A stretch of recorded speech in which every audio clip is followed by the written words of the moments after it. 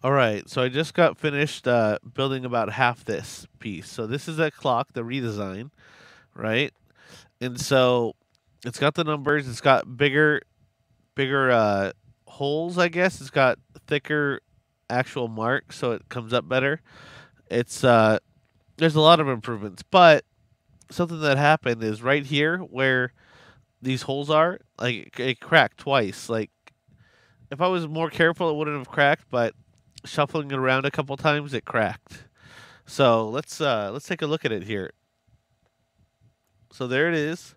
Let's see, it's all powered up. The ESP32 here already has a program on it. Yeah, that guy. It's already programmed. Yeah, and it's working. So let's take a look here. So we go. Oh, not that one. That's the one we want. Okay. So let's open up our internet here. And yeah, so first of all, I'm going to go to config LED preferences and let's I've got a 2 amp 5 volt on it, so I'm going to put it up to 1750. And then length 60 pixels. Okay. Everything else is good. Let's see, apply preset 1 at boot and save. Cool. So now there's 60 of these lit up.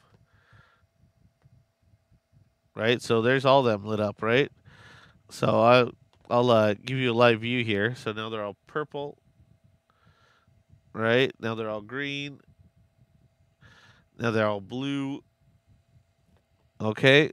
So it works, right? So let's split that up again. Okay, so they're blue right now. What I'm going to do is I'm going to make them purple, but really kind of dim. Okay? Dim. Oh, bring the brightness all the way up though. Overall brightness and make the purple dim. Okay. That's looking good so far. And then we're going to go to config, time and macros, and we want to do, let's see, an analog clock. I'm in Pacific Northwest, so Pacific Standard Time. Okay. Analog clock, first LED is 0, last LED is 59. Perfect. Okay, hit save. And now we've got a clock moving. So the red's the second hand. And it's doing a great job of like isolating. Like the spillover is pretty minimal actually. Like I know it came out a little more fragile, but like I don't know, it's working great. I love it. Cool. So what I did here, we can take a closer look.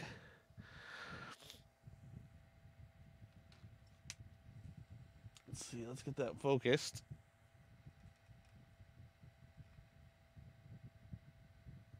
Okay, so as you can see, these LEDs, I had to sort of bend them quite a bit to fit in here.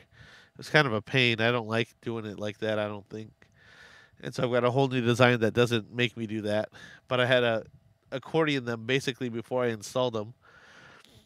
And so I put a little bit of super glue on the acrylic itself, push the LED into it, and then put a little dab of accelerator.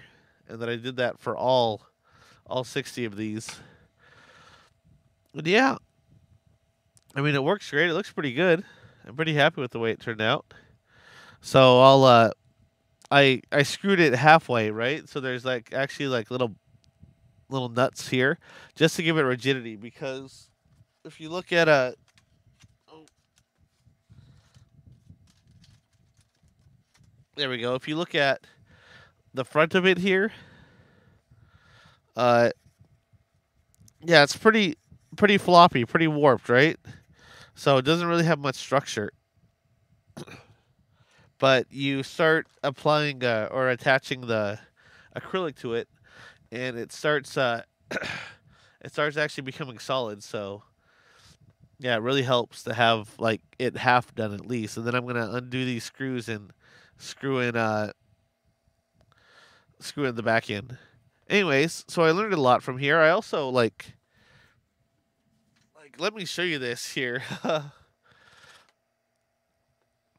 So this is all waste, right? just a ton of waste here, all this wood. So I came up with a new design, and I might show an example. I might not. I'll see if people are actually interested in it.